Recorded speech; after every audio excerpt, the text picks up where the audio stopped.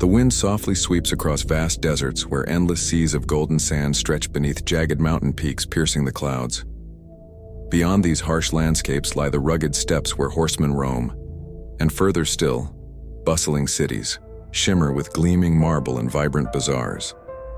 This awe-inspiring and forbidding terrain set the stage for one of humanity's greatest adventures in commerce and cultural exchange. This was the Silk Road, not a single path but an intricate web of trade routes weaving across the ancient world, connecting distant lands and peoples. The name Silk Road, coined in 1877 by German geographer Ferdinand von Richthofen, evokes romantic images of camel caravans carrying exotic treasures through desolate landscapes. Yet, in reality, this sprawling network spanned thousands of miles across Eurasia, linking Chang'an, modern-day Xi'an, China, in the east to Constantinople, now Istanbul, and the Mediterranean ports of Antioch and Alexandria in the west. For nearly 2 millennia, from the 2nd century BCE to the 16th century CE, these interlinked corridors were the world's main arteries for exchanging goods, ideas, religions, and technologies. Humanity's earliest experiment in globalization was not a single highway but a complex system of branching trails. Few travelers ever journeyed the full length. Instead, goods passed through countless hands in a relay of trade connecting east and west, without any centralized political authority. This extraordinary feat of human cooperation transcended empires, survived their rise and fall, and profoundly transformed the societies it touched. But the journey was no easy feat. Travelers faced the scorching heat of the Taklamakan Desert, whose name some say means, "Go in and you won't come out." The shifting sands of the Gobi Desert could swallow entire caravans. Towering mountain ranges, the Pamirs, Hindu Kush, and Tian Shan, posed treacherous challenges. Narrow, snow-buried passes, thin oxygen at dizzying altitudes, and steep, deadly cliffs. Bandits lurked in remote areas, while hostile armies occasionally blocked passage through war-torn regions. Survival depended on a chain of oasis settlements scattered like islands across this terrestrial sea. Cities like Dunhuang, Turfan, Samarkand, and Bukhara became vital lifelines where weary travelers could rest, replenish supplies, exchange currency, and trade goods. These hubs blossomed into thriving cultural centers, melting pots where influences from diverse peoples mingled. These cities were more than mere waypoints, they were crucibles of civilization. Ideas flowed as freely as merchants. The seasons dictated travel rhythms. Summers scorched deserts while winters rendered mountain passes impassable with deep snow. Merchants planned their journeys around these cycles, creating a pulsating movement of goods and people across the continent. Spring and autumn saw the busiest traffic, as caravans seized moderate temperatures before the extremes of summer heat and winter cold set in. The treasures motivating these arduous travels were numerous and precious. The network earned its name from its most famed luxury, silk. This luminous fabric was zealously guarded by China for centuries.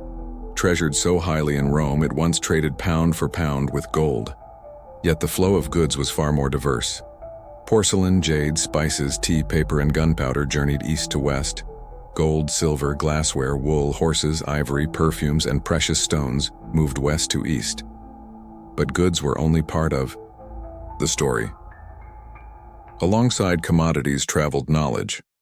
Buddhism spread from India to become a dominant faith in China and East Asia. Mathematics, astronomy, and medicine crossed borders. Musical instruments and architectural styles migrated. Agricultural crops and techniques transformed distant economies. These pathways became conduits for religions, philosophies, arts, and technologies that reshaped human civilization. Few merchants traversed the entire route. Goods often changed hands dozens of times. Local traders specialized in segments of the journey, creating a relay system linking cultures with little direct contact. A bolt of silk spun in a Chinese workshop might pass through 20 intermediaries before adorning a Roman senator's wife, its origins lost to time. This commerce reshaped economies and societies.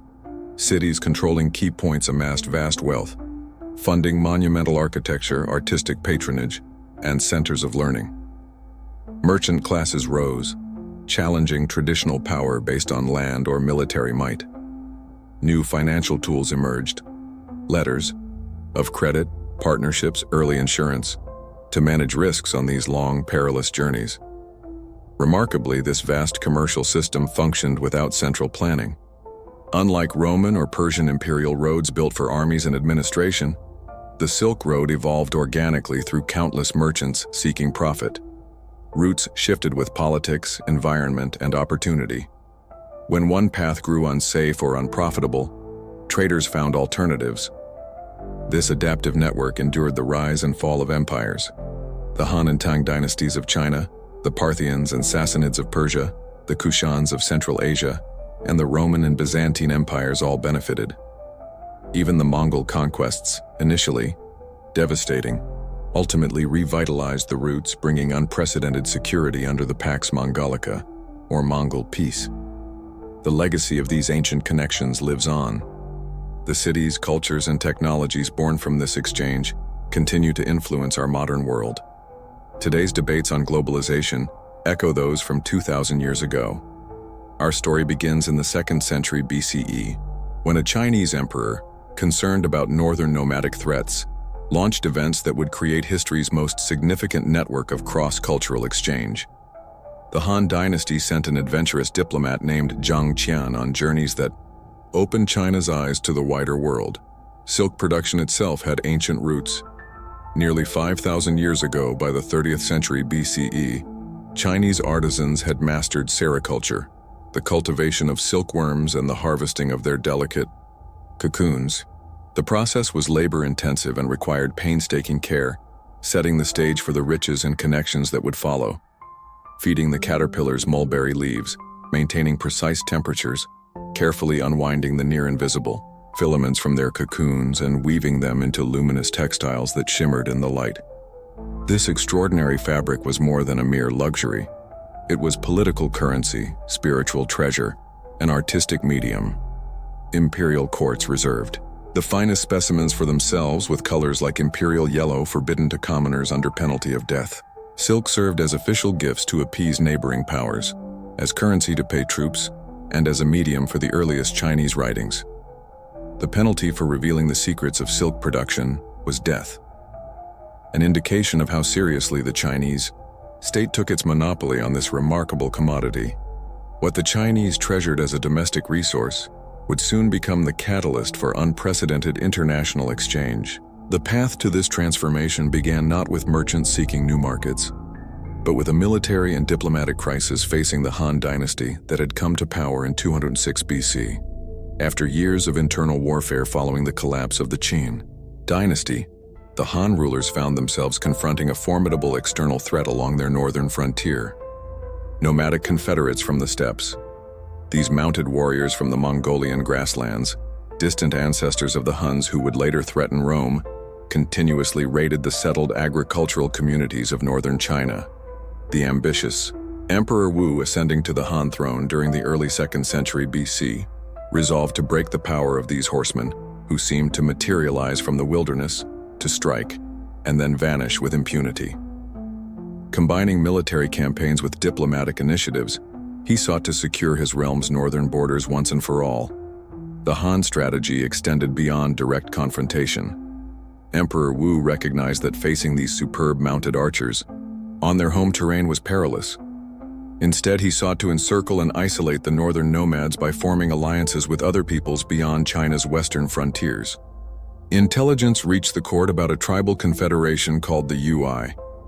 Once defeated by the steppe nomads and driven westward, who might be motivated to join forces against their common enemy, the mission to locate these potential allies fell to an intrepid court official named Zhang Qian.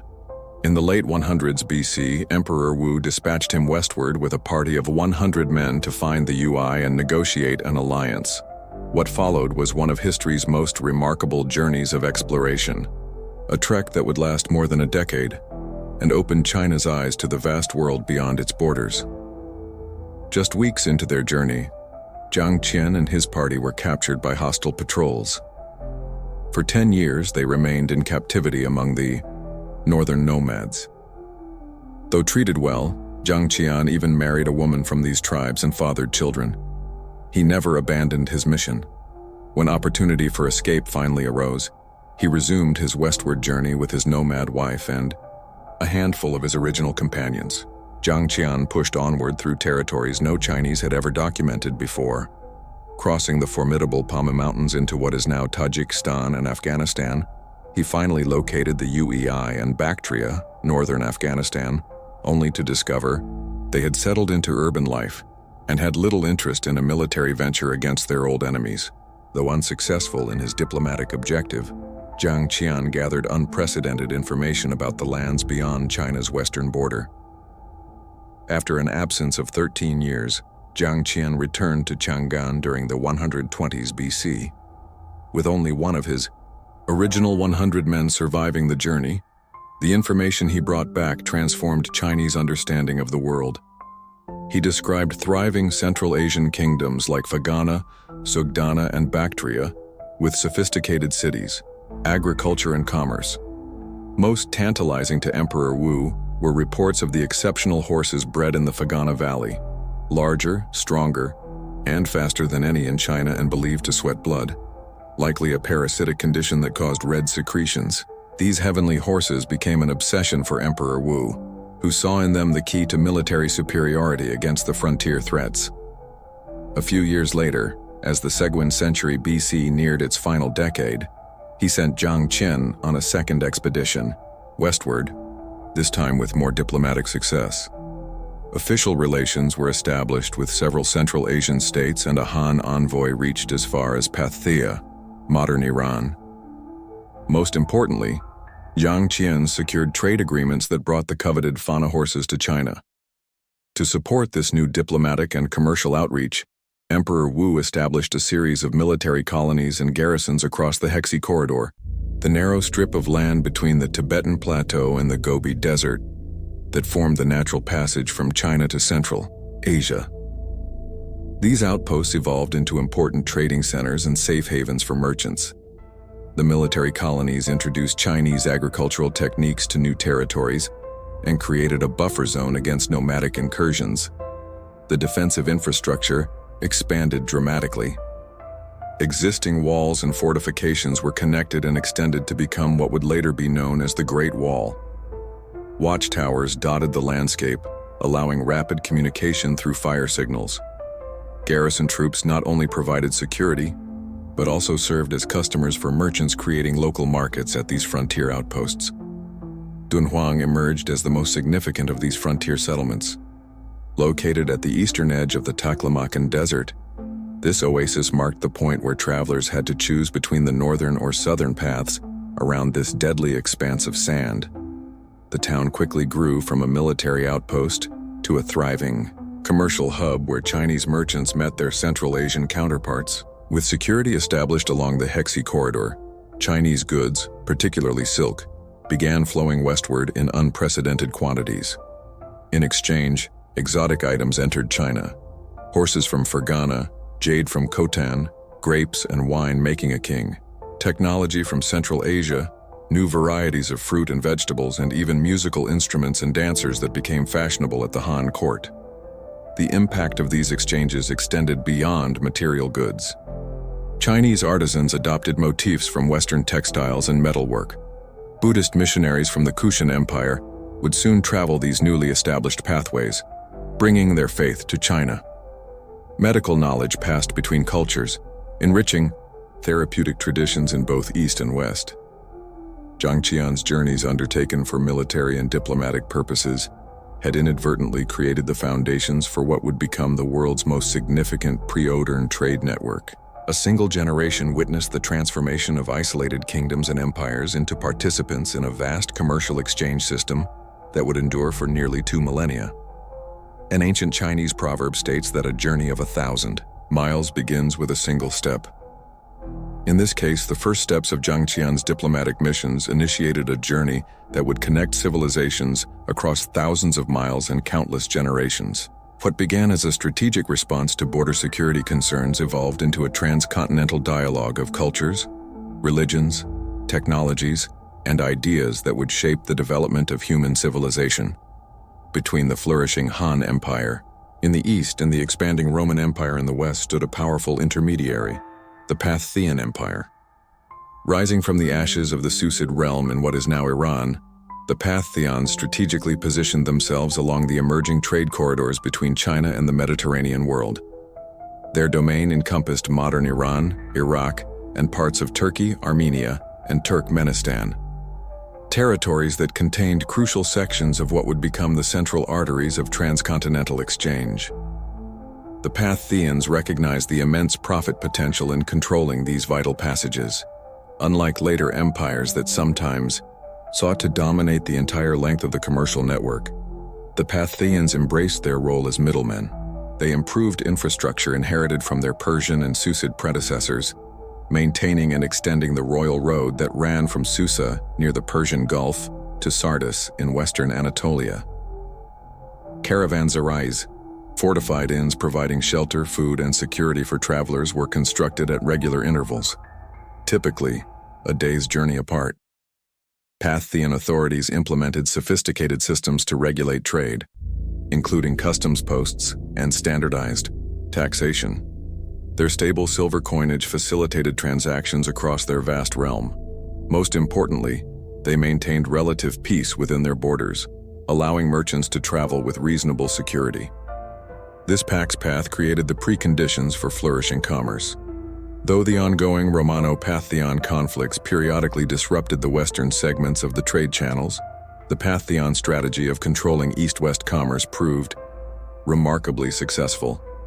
Their merchants grew wealthy by purchasing Chinese goods from intermediaries at their eastern frontiers and selling them at substantial markups to Western buyers.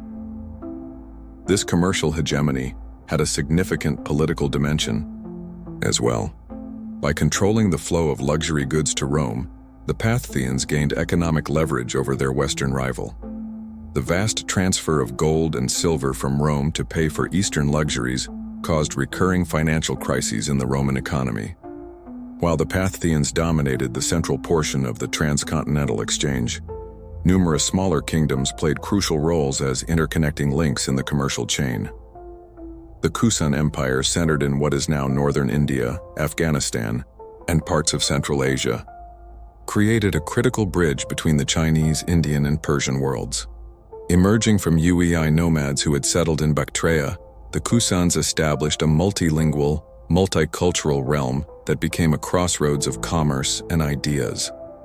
Under rulers like Kaneska I in the early decades of the 2nd century after Christ, the Kushan Empire reached its zenith, controlling territories from the Aral Sea to the Ganges River Valley.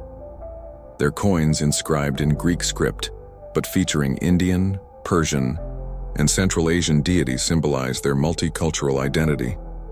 The Kusans patronized Buddhism, facilitating its spread along the commercial corridors to China. Their realm became a melting pot where Greeks, Indians, Persians, and Chinese exchanged goods and ideas in cosmopolitan cities like Peshawar, Taxila, and Mathura. Further north, the Sogdian city-states around Samarkand and Bukhara emerged as specialized actors in the growing commercial drama. The Sogdians, an Iranian people with a talent for languages and trade, established merchant colonies throughout Central Asia and China. Their commercial acumen made Sogdian synonymous with merchant in many regions.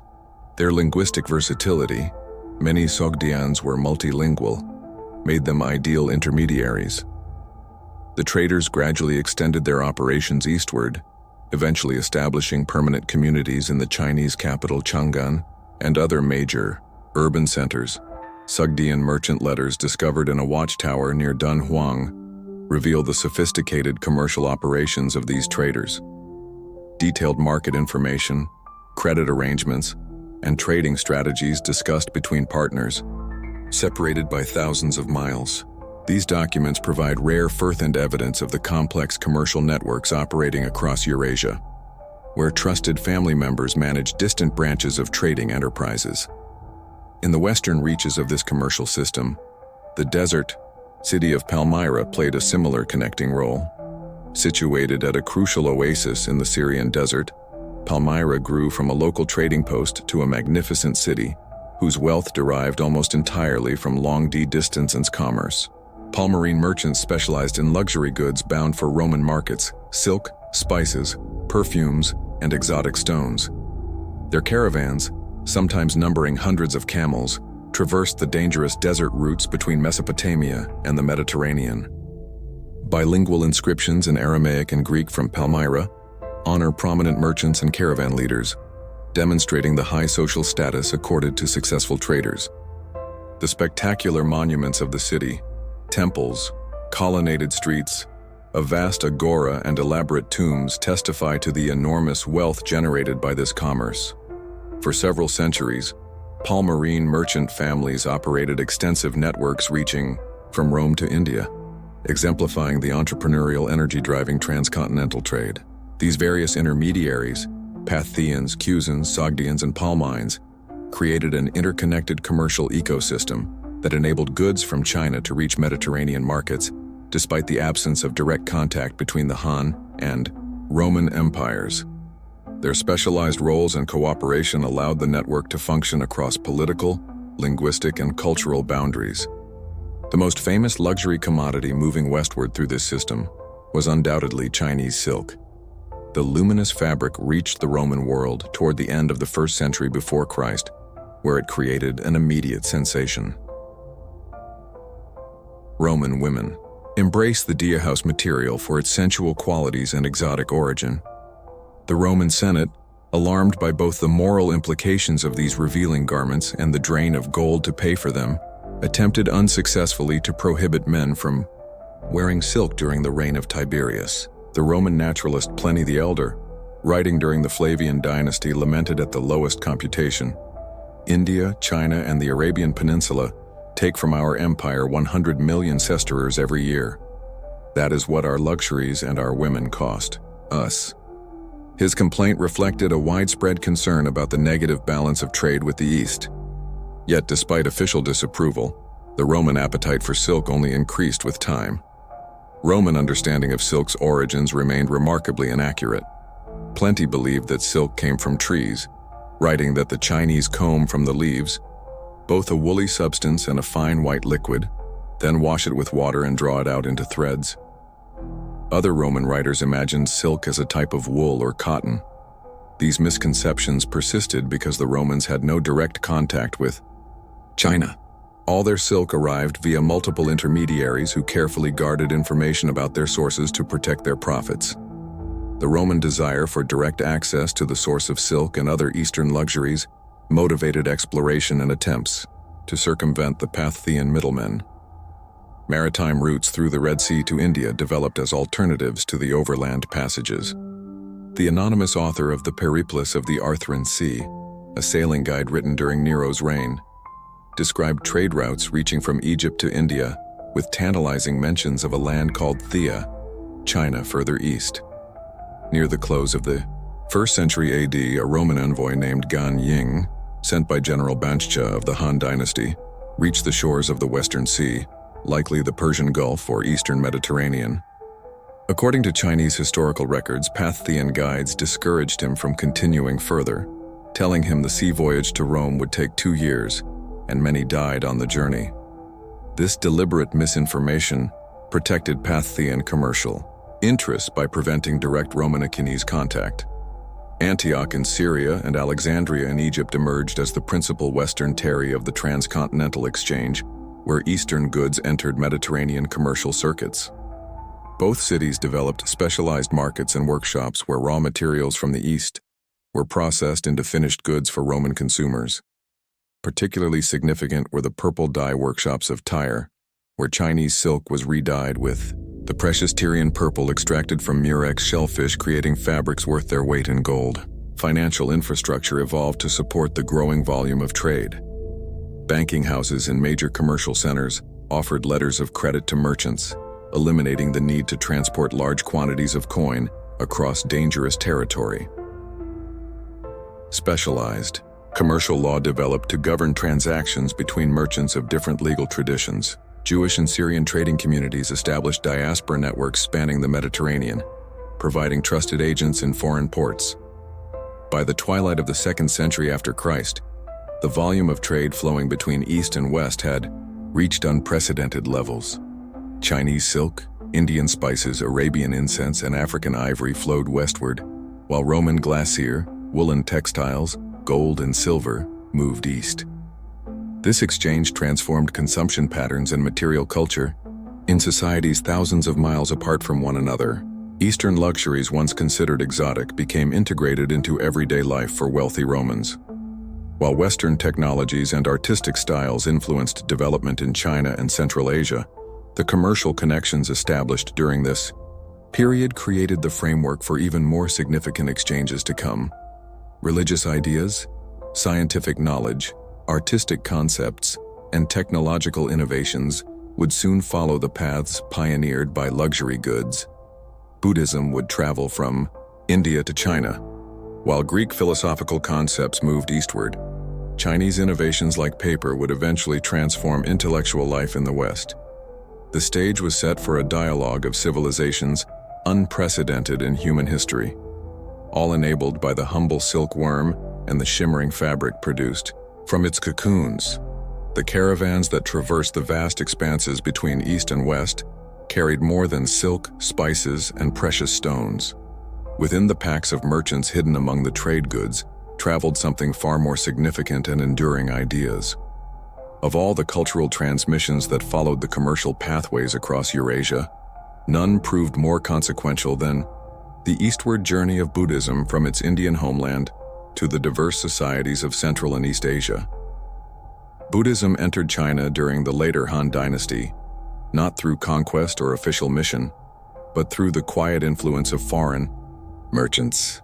Indian and Central Asian traders practicing their faith in private shrines and small temples in Chinese trading towns attracted the attention of local populations curious about their mysterious rituals and philosophical teachings. Unlike Confucianism and Daoism, which had developed within the Chinese cultural context, Buddhism offered an entirely new worldview with distinct answers to fundamental questions about existence, suffering, and salvation. The earliest Buddhist texts reached Chinese hands during the 1st century of the Common Era. The challenge of translating these scriptures proved enormous, not merely a matter of finding equivalent words, but of expressing concepts that had no direct parallel in Chinese thought. Early translators often resorted to borrowing Taoist terminology, creating hybrid interpretations that significantly influenced how Buddhism developed on Chinese soil. This process of translation and adaptation continued for centuries, creating a unique synthesis of Indian religious ideas and Chinese cultural forms. As Buddhism gained followers among the Chinese population, indigenous monks developed a desire to visit the sacred sites of India and study authentic texts directly from Indian masters. In the early 5th century, a Chinese monk named Faxian embarked on a remarkable journey that would last 15 years. Setting out from the Chinese imperial capital, he traversed the terrifying deserts of Central Asia, crossed the snowy mountains, the Pamir and Hindu Kush, and eventually reached the Buddhist holy sites in northern India. His written account, a record of Buddhist kingdoms, provided detailed information about the lands along the trade passages and became an invaluable guide for later pilgrims. Faxian's pioneering journey established a tradition of Chinese Buddhist pilgrimage that would flourish for centuries. These religious travelers, braving extraordinary hardships to reach India, became important agents of cultural transmission. Returning, with manuscripts, relics, and artistic models that transform Chinese Buddhism, their written accounts combining geographical information with religious observations constitute some of our most valuable historical sources for understanding the diverse societies connected by these transcontinental passages. The most remarkable of these pilgrims was undoubtedly Xuanzang, who departed the Tang capital in 629 AD against imperial orders. His 17-year odyssey through Central Asia and India, and his return with hundreds of Sanskrit texts became the stuff of legend, eventually inspiring the classical Chinese novel Journey to the West. Xuanzang's detailed record of his travels provides an unparalleled window into 7th century Asian societies, from the Buddhist kingdoms of the Tarim Basin to the great educational centers of India like Nanda University.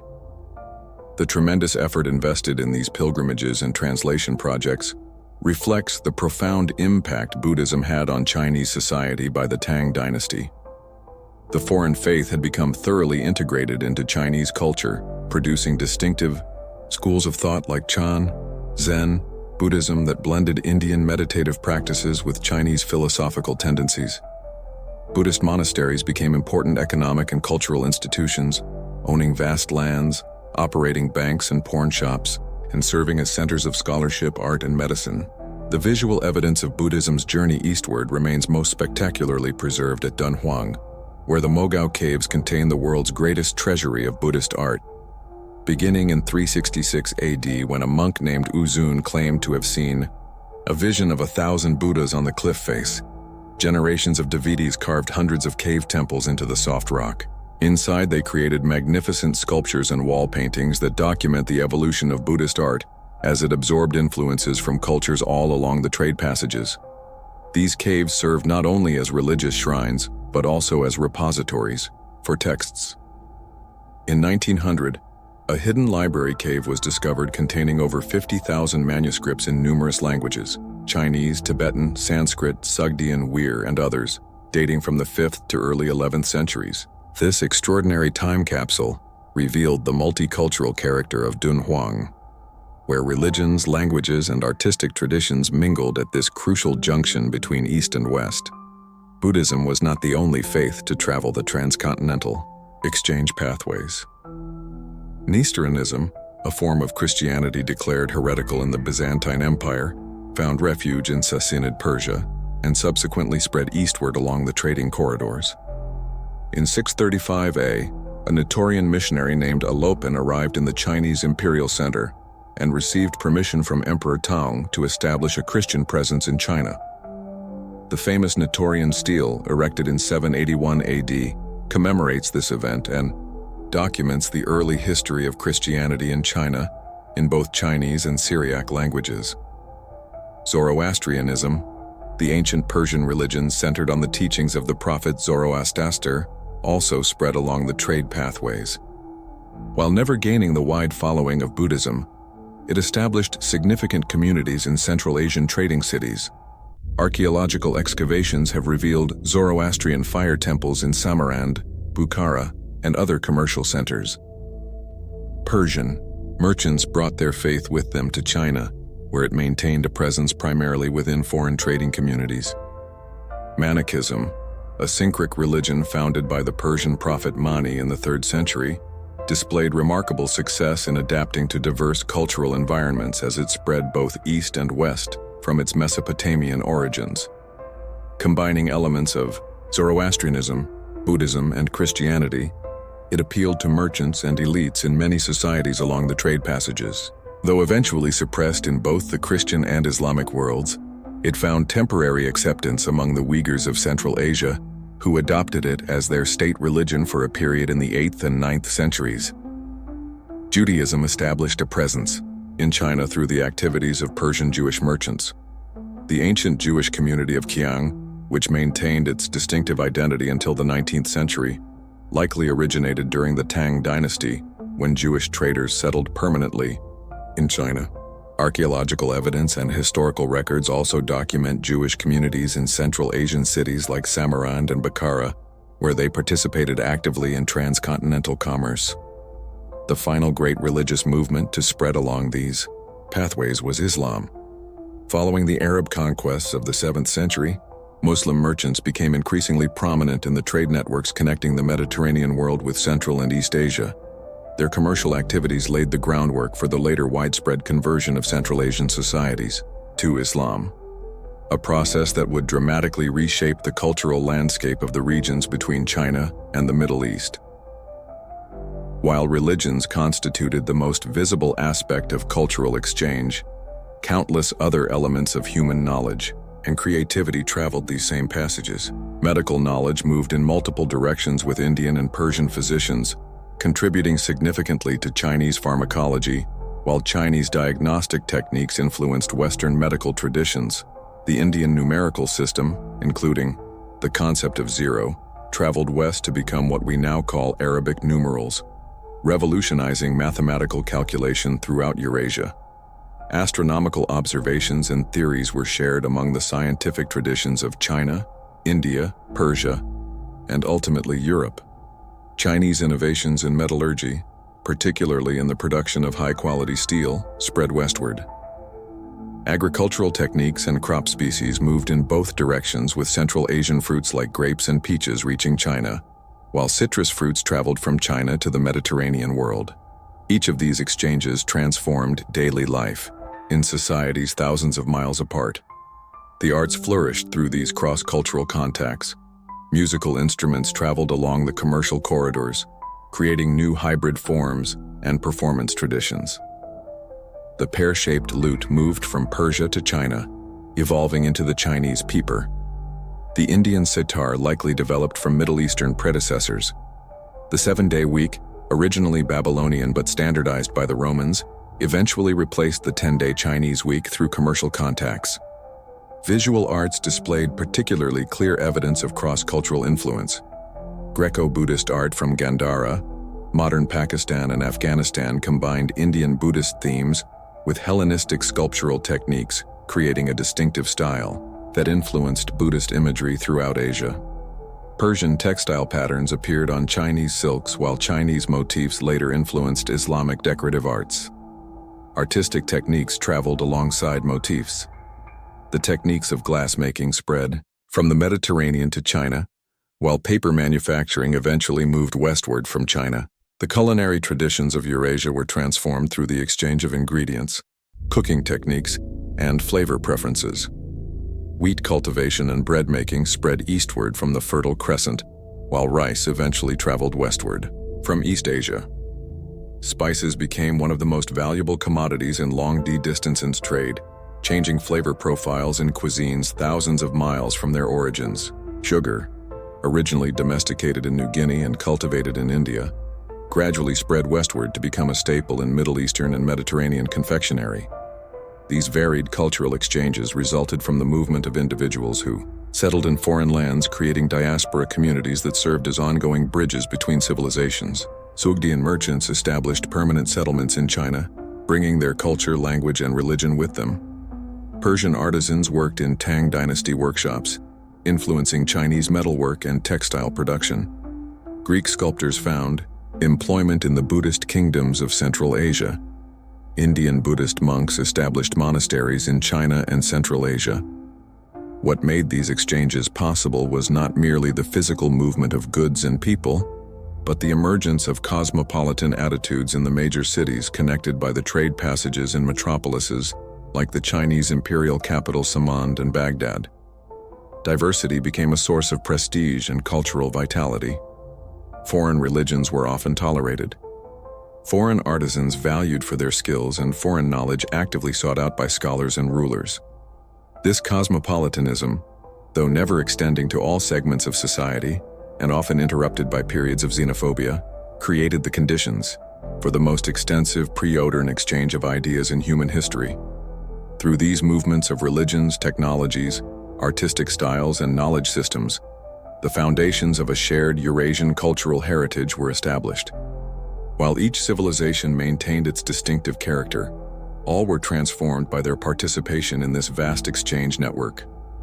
The legacy of these cultural transmissions continues to shape our modern world. From the global spread of the world's major religions to the mathematical systems we use daily, behind these enduring influences lay the countless journeys of merchants, pilgrims, and craftspeople who, in pursuing their individual goals, collectively created one of history's greatest achievements in human communication across cultural boundaries. Dawn broke over the Tang Dynasty capital, illuminating a metropolis unlike any other on Earth. With a population exceeding 1 million souls, this imperial city stood as the world's largest and most cosmopolitan urban center, a fitting eastern terminus for the greatest commercial network of the age. The broad, straight avenues of this meticulously planned city teemed with an astonishing diversity of humanity.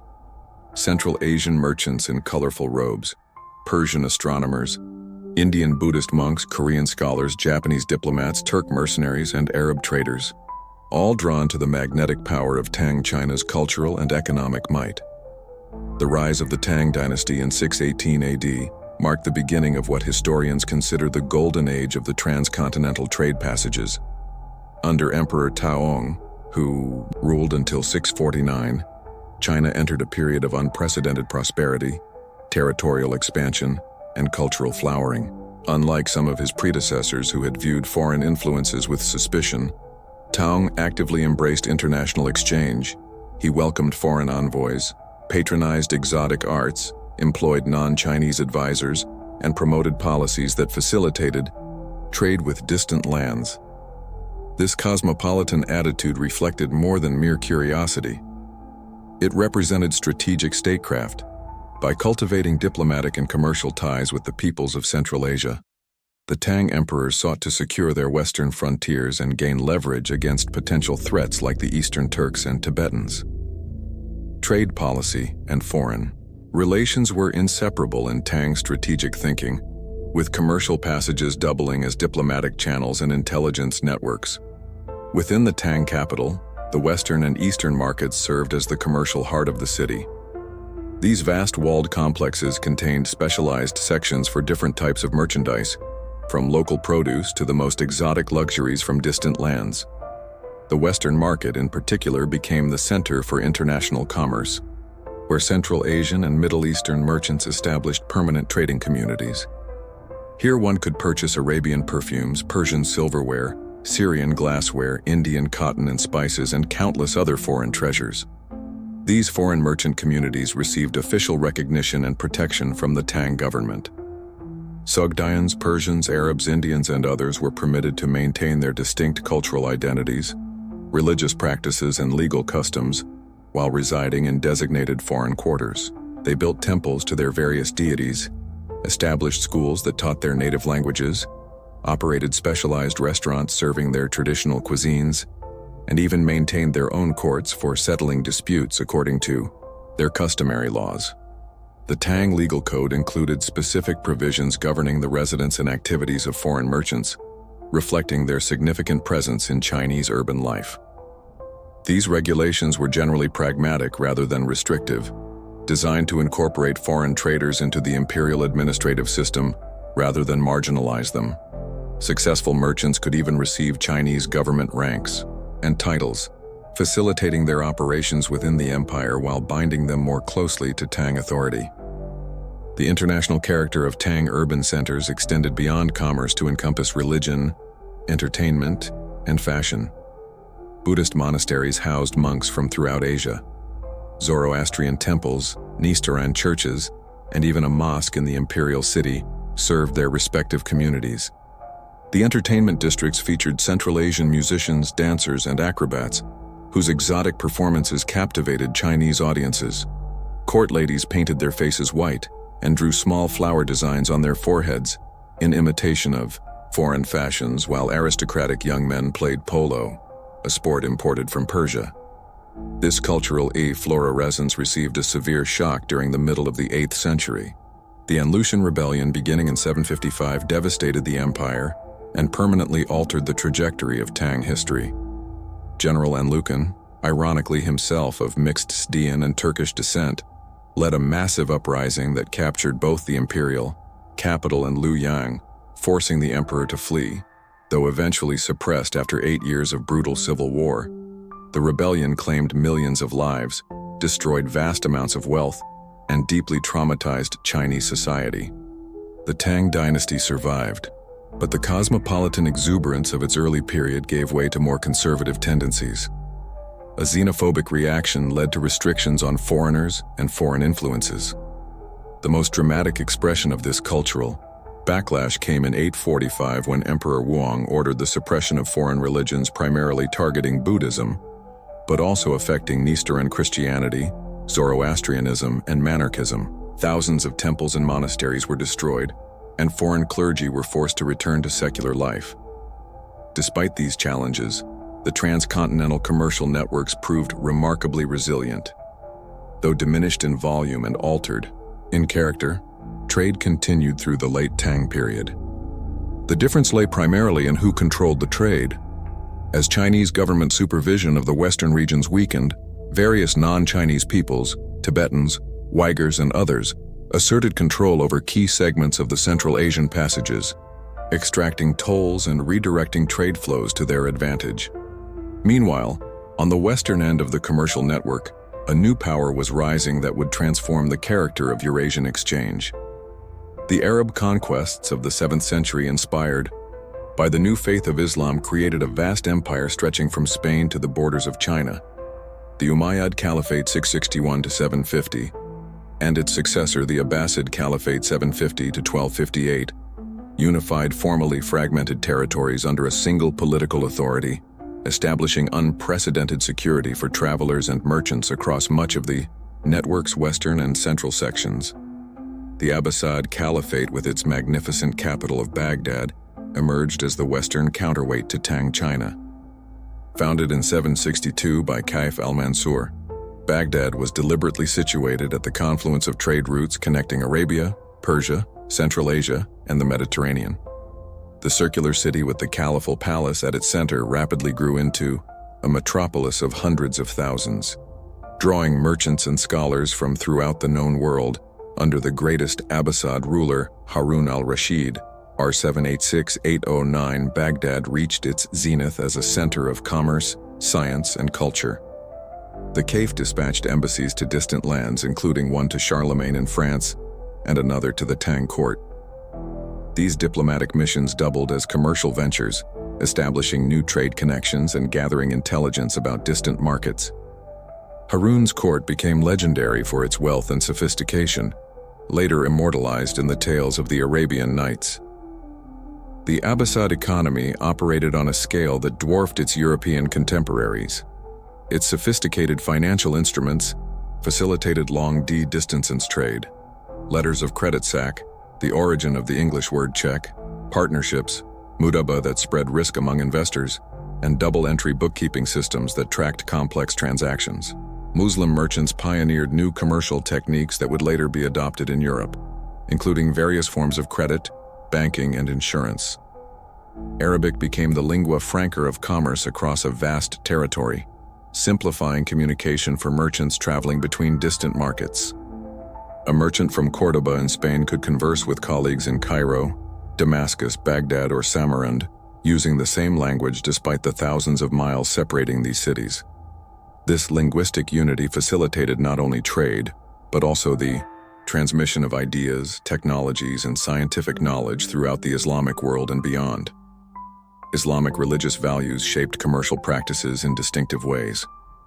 The Quran's explicit approval of legitimate trade, the Prophet Muhammad himself had been a merchant, gave commercial activity a religious sanction often lacking in other traditions. Islamic law, Sharia, developed detailed regulations governing commerce, contracts, and partnerships. The prohibition on interest riba stimulated the development of alternative financing methods that distributed risk and reward between capital providers and entrepreneurs. While Baghdad represented the political center of the Abbasid realm, other cities emerged as specialized nodes in the commercial network. Basra served as the primary port connecting Mesopotamia with the Indian Ocean trade. Damascus remained a manufacturing center renowned for its textiles and metalwork. Cairo linked the Mediterranean with the Red Sea routes to India. Siraf on the Persian Gulf handled trade with East Africa and India. Ray and Nishapur in Iran became entrepôts for goods moving between the Middle East and Central Asia. In Central Asia, cities that had already flourished under earlier empires reached new heights of prosperity as intermediaries between the Chinese and Islamic worlds. Samarkand, situated in the fertile Zeravshan Valley, became particularly renowned for its paper manufacturing industry, a technology transferred from China that would eventually transform the Islamic world and later Europe. The city's artisans also produced glass, textiles, metal goods, and ceramics that were traded throughout Eurasia. Bukhara, with its skyline of minarets and domes, developed into a major intellectual center as well as a commercial hub. Its libraries and madrasas, educational institutions, attracted scholars from across the Islamic world. The city became particularly known for hadith scholarship, the collection and verification of the sayings and actions of the Prophet Muhammad, under scholars like Imam al-Bukhari, whose compilation remains among the most authoritative in Islamic tradition. MV, located in what is now Turkmenistan, may have been the world's most populous city for a brief period during the 12th century. Its sophisticated urban infrastructure included elaborate water management systems, public baths, libraries, and markets specializing in different commodities. The city's strategic location at the intersection of routes connecting Iran, Central Asia, and China made it an essential commercial center. While its agricultural hinterland produced cotton, silk, and other valuable crops, the material goods that flowed through this interconnected system were more diverse than ever before. Chinese silk remained important, but was now joined by Chinese porcelain, whose gleaming white surfaces and delicate blue designs captivated consumers throughout Eurasia. Tea from southern China became increasingly popular in Central Asia and parts of the Middle East. Paper, initially a Chinese monopoly, was now produced in Samarkand and other Central Asian cities, gradually making its way westward. From the Islamic world came glacier, brass and bronze work, carpets and textiles, particularly the Taz, luxury fabrics bearing calligraphic inscriptions that often included the name of the ruling caliph. India contributed cotton textiles, spices, gemstones, and ivory. The Byzantine exported fine glacier, jewelry, and purple-dyed textiles. From the northern forests came amber, furs, and slaves. African gold, ivory, and exotic animals entered the network through Egypt. This dazzling array of goods passed through countless hands, increasing in value with each transaction. Alongside these physical commodities flowed the currency of knowledge. The Abbasid Caliphate famously patronized the translation of Greek, Persian, Indian, and eventually Chinese texts into Arabic. The House of Wisdom Bal-Hikmah in Baghdad employed scholars who rendered works on medicine, astronomy, mathematics, philosophy, and other fields into the Arabic language, preserving ancient learning that might otherwise have been lost and integrating knowledge from diverse civilizations into new synthesis. This intellectual ferment produced remarkable innovations. Muslim astronomers refined the astrolabe and constructed sophisticated observatories. Mathematicians like Al-Khwarizmi, whose name gives us the word algorithm, developed algebra as a distinct field. Physicians like Al-Razi and Ibn Sina Avicenna wrote medical encyclopedias that would be studied in Europe for centuries. Geographers produced increasingly accurate maps of the known world, incorporating information gathered from merchants who had traveled to distant lands. Chinese technological innovations continued to move westward. The technique of making paper spread from Samarkand to Baghdad by the late 8th century, and from there throughout the Islamic world, fundamentally transforming the economics of book production and the dissemination of knowledge. Techniques for manufacturing. High-fired ceramics slowly diffused westward. The magnetic compass, initially developed in China, eventually reached the Islamic world and Europe. The integration of diverse cultural elements resulted in distinctive aesthetic fusion in arts and architecture. Central Asian textiles incorporated Chinese motifs alongside Persian and Hellenic elements. Chinese painting was influenced by Western perspective techniques via Central Asia. Islamic decorative arts absorbed influences from Byzantine, Persian, and Indian traditions. Music and cuisine similarly reflected the blending of diverse cultural elements as they traveled along the commercial passages. By the mid-9th century, the Abbasid Caliphate began experiencing the same cyclical decline that affected the Tang dynasty. Territorial fragmentation, fiscal crisis, and military challenges from external powers and internal revolts. The Golden Age of the Silk Road was drawing to a close as both its eastern and western anchors weakened simultaneously. Yet the commercial and cultural networks established during this period would prove remarkably durable, surviving political upheavals to form the foundation for the next great phase of Eurasian interaction under the Mongols. The legacy of this Golden Age endures in countless aspects of modern life, from the paper we write on to the numerical system we use for calculation. From the transmission of agricultural crops that transformed diets across continents to the religious traditions that shape contemporary societies. The cosmopolitan spirit of the Tang capital in Baghdad, cities where diversity was valued and knowledge from all sources was eagerly sought, represents one of history's most inspiring episodes of cross-cultural engagement. a testament to the human capacity for peaceful exchange and mutual enrichment. The thundering hooves of Mongol cavalry echoed across the steppes, deserts, and mountains of Eurasia, heralding a new chapter in the history of the great transcontinental commercial network. What began as the unification of quarreling nomadic tribes under a charismatic leader named Temujin would transform into the largest contiguous land empire the world has ever known. From the shores of the Pacific to the plains of Eastern Europe, the Mongol conquests would initially bring unprecedented devastation, followed by a remarkable period of security, stability, and renewed prosperity for the ancient trade passages. The story begins in the harsh grasslands of Mongolia, where Temujin, born around 1162, embarked on a lifelong quest to unite the fractious nomadic clans through a combination of military genius, political savvy, and ruthless determination. He overcame rivals and unified the Mongol tribes.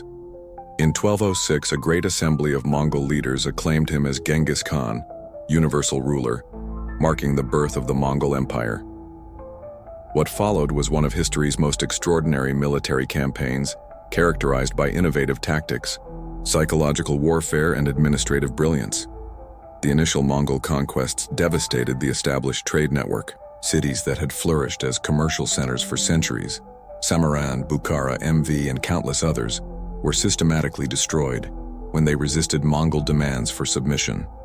Contemporary accounts describe the utter obliteration of once magnificent urban centers. The Persian chronicler Juvenal wrote of the conquest of MV. They drove all the people, women and men, out onto the plain. They divided them in accordance with their usual custom into hundreds and thousands to be put to the sword. No one escaped.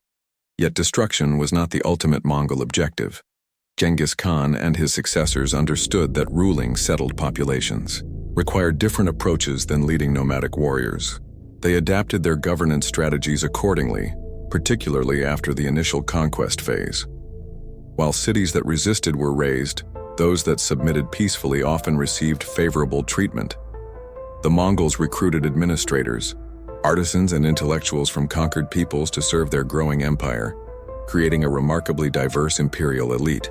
After Genghis Khan's death in 1227, his empire was divided among his sons and grandsons, eventually forming four major Khatis: the Golden Horde in Russia and Eastern Europe, the Chagatai Khanate in Central Asia, the Ilkhanate in Persia and the Middle East, and the Yuan dynasty in China.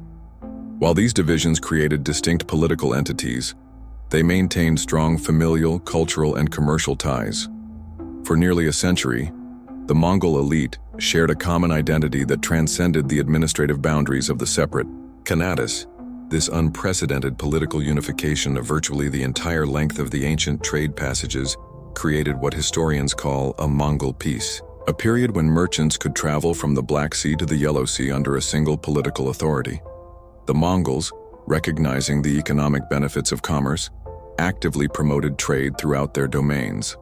As nomads with limited manufacturing capabilities of their own, they depended on trade to acquire the goods of settled civilizations, giving them a vested interest in the network's smooth functioning. The Mongols invested heavily in trade infrastructure. They constructed and maintained caravans at regular intervals across Central Asia, providing secure lodging for merchants and their goods. They cleared roads, built bridges, and established ferries at river crossings.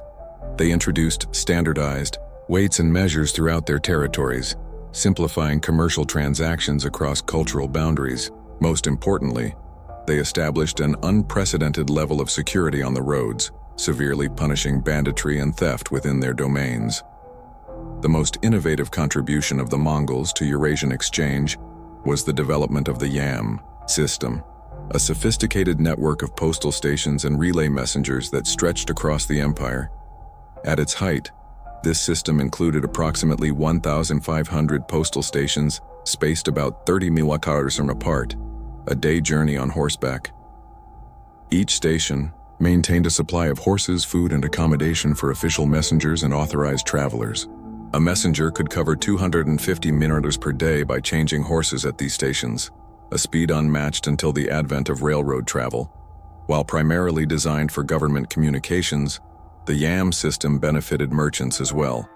Travelers could move safely and rapidly through Mongol territory, and information about market conditions, political developments, and potential threats could spread with unprecedented speed.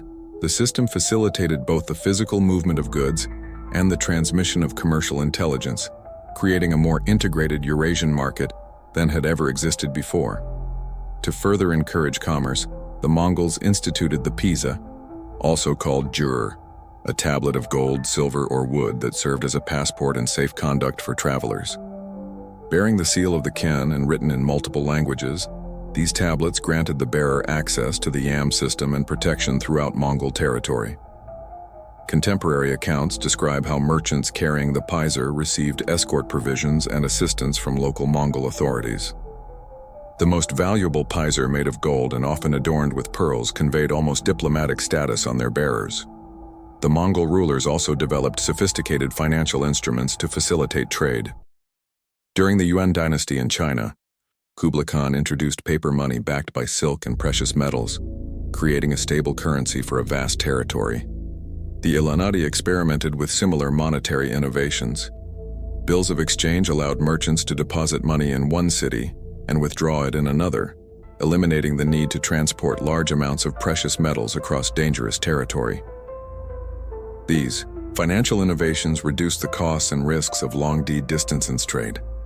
The Mongol elite displayed remarkable religious tolerance by medieval standards, which further facilitated cross-cultural exchange. Though eventually converting to Islam, Buddhism, or other faiths of their subjects, the early Mongol rulers adhered to their traditional shamanistic beliefs while showing interest in all religions. Genghis Khan exempted religious leaders, Buddhist, Christian, Muslim, and others, from taxation. Religious communities could practice freely as long as they prayed for the Ken's well-being and did not interfere with Mongol rule. This religious openness had profound implications for cultural exchange. Christian, Muslim, and Buddhist communities flourished throughout the empire, often in close proximity to one another. Religious buildings of different faiths stood side by side in Mongol capitals. Religious scholars of various traditions engaged in debates at the Mongol court sponsored by Kesin, curious about theological questions. This environment of relative tolerance enabled the movement of religious ideas alongside commercial goods. No account of the Mongol era would be complete without the remarkable journey of Marco Polo. Setting out from Venice in 1271, the young merchant accompanied his father and uncle on a trading mission that would keep him in Mongol-ruled China for nearly 2 decades. Serving in the court of Kublai Khan, Marco traveled extensively throughout the Yuan Empire, observing its cities, customs, and commercial practices. His account, dictated after his return to Europe in 1295, introduced many Europeans to the wonders of the East, inspiring future explorers and traders. Although some scholars question aspects of Marco Polo's narrative, his detailed descriptions of paper money, coal burning, the imperial postal system, and other Chinese innovations unknown in Europe lend credibility to his account. His text reflects the perspective of a merchant, focusing on trade goods, commercial practices, and urban amenities rather than political or military affairs. This commercial emphasis makes his book particularly valuable for understanding the economic dimensions of the transcontinental exchange during this era of unified rule. Marco Polo was exceptional in the length of his stay in China, but he was far from the only European to travel the eastern trade routes during this period. Franciscan missionaries like John of Plano Carpini and William of Rub journeyed to the Mongol court in the mid-3rd century, leaving detailed written accounts. Merchants from Italian city-states established trading outposts in Black Sea ports, the Crimea, and Central Asia. Genoese and Venetian trade networks extended deep into Mongol territory, connecting European markets with Asian goods. A particularly remarkable traveler of this era was Rabban Salma, a Turek Nistaran Christian monk who traveled from Beijing to Europe as an ambassador of the Ilkhanate. His journey, a reverse mirror of Marco Polo's, took him to Constantinople, Naples, Rome, Paris, and Bordeaux between 1287 and 1288. He celebrated Mass with Pope Nicholas IV and met with European monarchs like Philip IV of France and Edward I of England. His journey symbolizes the unprecedented connectivity of Eurasia, under Mongol rule. Ibn Battuta, the great Moroccan traveler of the 14th century, also benefited from the relative security of the Mongol realms during his extraordinary journeys across Asia, Africa, and Europe. His travels took him through the territories of the Golden Horde and Chagatai Khanate, and he left detailed descriptions of the commercial cities along his route. His observations of paper money, postal stations, and commercial practices corroborate many aspects of Marco Polo's earlier account. The volume and diversity of goods exchanged during this era of transcontinental security exceeded all previous periods. Chinese silk and porcelain continued to flow westward in ever-increasing quantities. The blue and white porcelain that would later become synonymous with Chinese ceramic art developed during the Yuan dynasty in response to Middle Eastern tastes, incorporating cobalt pigments imported from Persia. This fusion of Chinese manufacturing techniques with West Asian aesthetic preferences exemplifies the cross-cultural character of Mongol-era commerce. Technologies transferred more efficiently than ever before. Printing technology, long established in China, spread westward through Mongol territories, reaching Persia and eventually Europe. Gunpowder and its associated weapons diffused from China to the Islamic world and Europe. During this period, agricultural innovations also traveled along the trade routes. New fruit varieties, irrigation techniques, and cultivation methods transformed food production across Eurasia.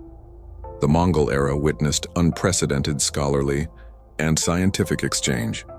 Persian and Arab astronomers worked in Chinese observatories, while Chinese mathematical and chondrical knowledge influenced Middle Eastern science. Medical knowledge from Chinese, Indian, Persian, and Greek traditions circulated throughout the empire, synthesized in multilingual medical compendia. The famous Persian physician Rashid Aline, serving the Ilhanate, compiled comparative studies of Chinese and Islamic medicine. Artistic motifs and techniques flowed freely across cultural boundaries. Chinese motifs like the lotus, peony, and dragon appeared in Persian miniatures and textiles. Persian decorative styles influenced Chinese painting and ceramics. The distinctive blue and white porcelain that became synonymous with Ming Dynasty art actually developed during the Yuan period using cobalt pigment imported from Persia. This cultural fusion created new aesthetic traditions that would outlast the Mongol era itself. Architecture similarly reflected cross-cultural exchange. The famous Mongol capital at Karakorum contained Buddhist temples, Muslim mosques, and Christian churches,